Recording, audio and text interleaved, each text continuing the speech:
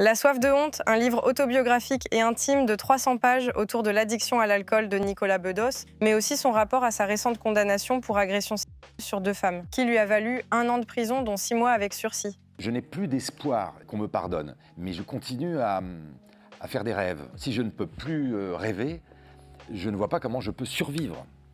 Loin d'avoir été légère, la conversation entre Léa Salamé et Nicolas Bedos était sur le point de s'achever lorsque l'humoriste Paul de Saint-Cernin, joker humoristique de l'émission Invité à réagir, décide de prendre la parole à la fin de cette séquence. Tout l'argent récolté grâce à la vente de ce livre va être reversé à une association de victimes. Tu le sais pas, je viens de le décider, mais... C'est sérieux ce qu'on dit là? C'est sérieux ce qu'on dit là? Oui, mais c'était une manière de te montrer que c'est important le consentement. Bah oui. Tu vois, je décide que l'argent est reversé à cette association sans te demander ton avis. Lors de l'émission spéciale consacrée aux condamnations visant le Rassemblement national, le député RN Julien Audoul, lui-même condamné dans l'affaire des assistants parlementaires, s'en est vivement pris à l'avocat Patrick Klugman, présent à ses côtés. Encore une fois, de droit et de réalité. Merveilleux. Encore une fois, que vous soyez du côté de l'injustice, ça ne me surprend guère parce que vous êtes coutumier du fait. Continuez. Voilà. Donc moi, je vous dis ce que je veux. Monsieur Audoul s'est comporté comme un malfrat sur LCI à mon encontre. Incivilité, brutalité, irrespect, ce monsieur est député et malgré sa condamnation dont il a relevé appel, aspire à incarner l'ordre et le respect. Vous fermez là. Pardon? Non, pardon, vous fermez là. Pardon, C'est ça votre vous fermez là. Vous fermez là. On dit pas vous fermez là. Je vous dis ce que je veux. Mais vous fermez là, c'est inadmissible. Voilà, vous allez choquer mon pauvre. Monsieur le député, Oui, mon pauvre.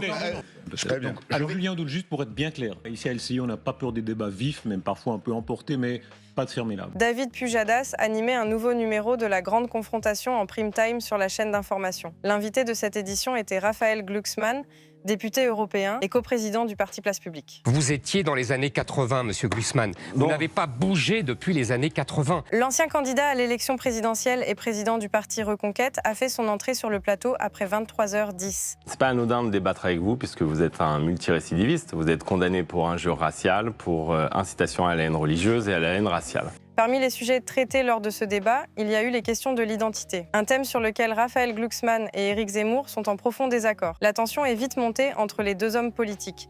Chacun a haussé le ton et un clash a eu lieu. Vous vous en moquez de ces gens que j'ai cités. non, vous en avez rien à faire. Vous en avez rien à faire, mais ça se voit. Laissez-le voit, monsieur Laissez-le répondre. Laissez-le répondre. Vous autorise pas à dire ça. Arrêtez, pour faire la pub. Arrêtez, vous ne donnez pas le bon exemple. Raphaël Glucksmann, la diversité est telle. Quand on me hurle Raphaël dessus, Glucksmann. Pendant le débat, prêt à travailler 15 minutes de plus par semaine dans l'émission Les Grandes Gueules et après l'amendement voté au Sénat pour ajouter 12 heures de travail par an, Charles Consigny a piqué un coup de colère sur le plateau. Va voir les bobos du 11e arrondissement qui travaillent un jour par semaine. Mais pardon, Charles, mais va voir ça, va voir tous les hypochondriaques qui font la queue chez l'ophtalmo, chez ceci, chez cela. Bon. Une sortie qui a immédiatement fait réagir le plateau. Certains chroniqueurs ont tenté de tempérer ses propos, rappelant la diversité des métiers dans la fonction publique et les conditions parfois difficiles dans certains secteurs. Mais Consigny, lui, est resté droit dans ses bottes, dénonçant ce qu'il considère comme une culture de l'immobilisme en France. Et s'il n'y a que les cons comme nous qui nous faisons chier à bosser autant qu'on bosse pour payer ce merdier invraisemblable, ce pays de branleurs. Mais c'est une réalité. Et comprends qu'on en est ras le cul de payer pour ça. Et pour ton gauchisme des années 80, complètement ringard. Putain, pardon, voilà. Excusez-moi.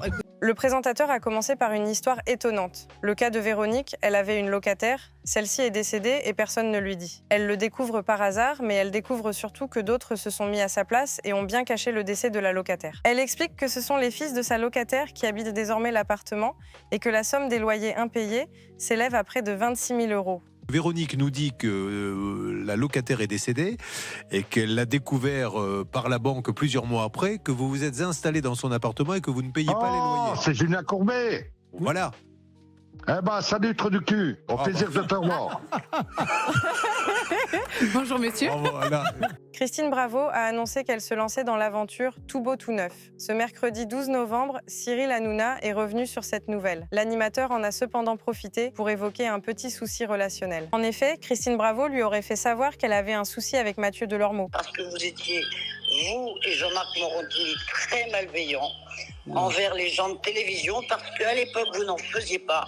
Bien décidé à mettre les choses au clair, Cyril Hanouna a donc appelé en direct « Bravo ». Toujours cash, l'ancienne animatrice de Froufrou a pointé du doigt l'attitude et les mots qu'aurait eu Mathieu Delormeau il y a plusieurs années quand ce dernier travaillait à la radio. Elle se souvient de tout. Non, mais il y a trop d'erreurs, mais c'est pas grave. Premièrement, c'est à Morandini qu'il fallait s'en prendre, c'était mon patron, c'est pas moi qui écrivais les news. J'ai aujourd'hui un problème avec cette personne. Le problème, c'est que mon mari veut lui casser le nez. Mais qu'ils viennent. Merci ma chérie. Bon on embrasse Stéphane, mon cœur. L'émission culte du groupe RMC Les Grandes Gueules est allée à la rencontre de ses auditeurs aux quatre coins de l'Hexagone. Mais c'est au pied de l'Assemblée nationale que l'équipe s'était installée pour la dernière étape de leur événement. Le vendredi 20 juin, conviant 3 figures majeures de la politique autour de la table, Gérald Darmanin, Marine Le Pen et Jean-Luc Mélenchon. Non, mais bon, non, je n'ai pas dit ça et vous le savez aussi bien. Je termine ma phrase. Non, vous êtes juste une ancienne candidate de la liste Europe Écologie Les Verts qui trouvait l'occasion de me taper dessus. Parce que quand vous avez été sur cette liste, avec cette magnifique ligne que vous défendez, vous avez diminué par 2 le score de votre liste. Alors s'il vous plaît, ayez au moins la pudeur de ne pas insulter les gens. L'incident s'est produit en plein direct ce lundi sur la place de la République à Paris. La journaliste Éléonore Bailly, envoyée spéciale pour la chaîne France Info, a été violemment prise à partie lors d'une manifestation de soutien à la flottille de la Liberté, ce navire humanitaire stoppé par l'armée israélienne. Il y a actuellement des tambours, beaucoup de kéfiers, beaucoup de drapeaux palestiniens, Alors qu'elle décrivait une ambiance relativement calme et une présence policière discrète, un homme a interrompu la journaliste en la traitant de facho. Visiblement excité, il a crié « France Info désinformation » et a saisi la femme par le bras, l'empêchant de poursuivre son intervention. Et puis pour le moment, une présence policière plutôt discrète. On a pu voir uniquement un compartiment de police qui était...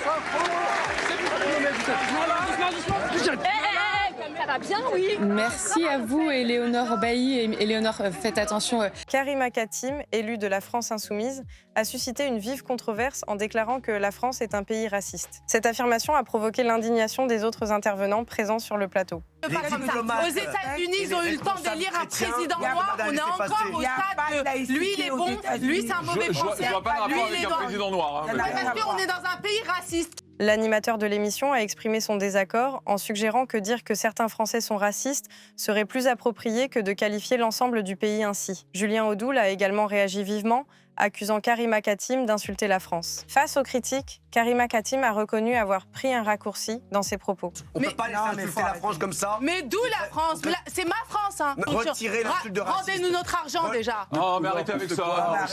Ça c'est... Mais dites non, ils aiment la France, ils aiment la France, ils la volent. Vous attaquez en diffamation. Mais attaquez-moi en diffamation, je serai beaucoup moins condamné que vous. S'il vous plaît, un instant.